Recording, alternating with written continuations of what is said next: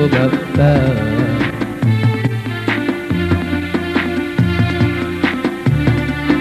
Ya mata na nasiha zan muku babba.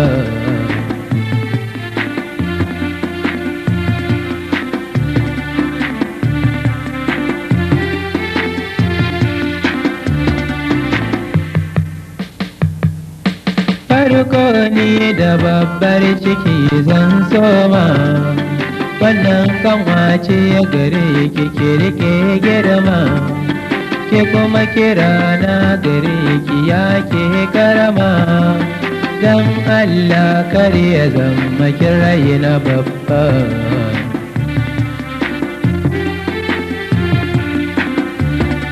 Yina yi bari na bari ce ba a yabo ba, kuma ku haɗe kawunan ku ba gaba ba, inda wani aiki kisa ta ba mai wuya ba, dan ita yar hutu ce ba ta san wahala ba.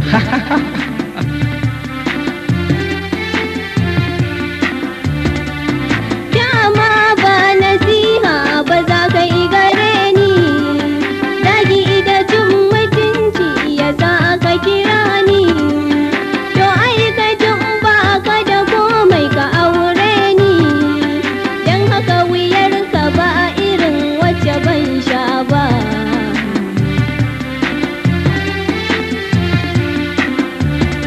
Nufinka yar wahala a ce ni mara komai, wahalar huɗa kufur-tufuri da mai-mai, na sha a gidanka yanzu don ka yi komai, za ka wulaƙanta ni ba kai tunani ba.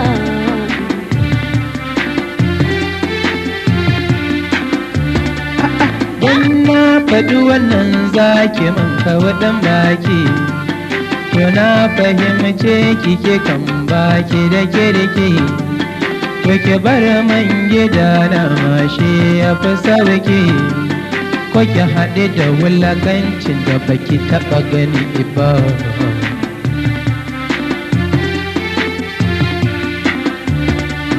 Dama ni ba na son zaman kishiya, tunda a gidanmu ni kaɗai ce babu ƙarya.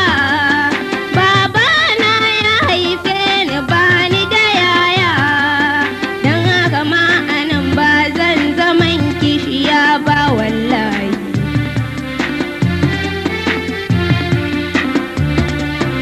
In za ka zauna kai ni ba zan zauna ba, in ko kana so na zauna sai dai ta yi gaba, don ni ba zan zauna da 'yar talaka ba, gara ka auro daidai da ni ba wannan ba.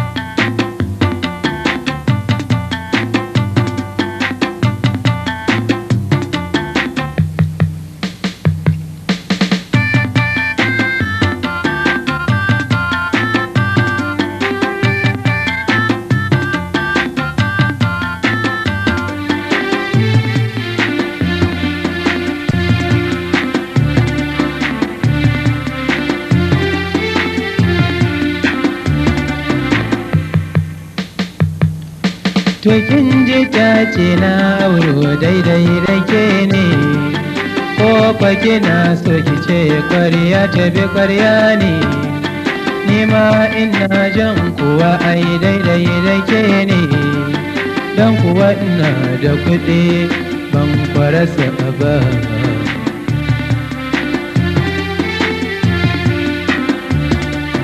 Dama ka auro ta ku ci mun mutunci, kun manta Ubangijinku ne mai karamci, ni na kasance a waƙi'i na talauci, Allahn da ya ba ku ni ma bai mance ni ba.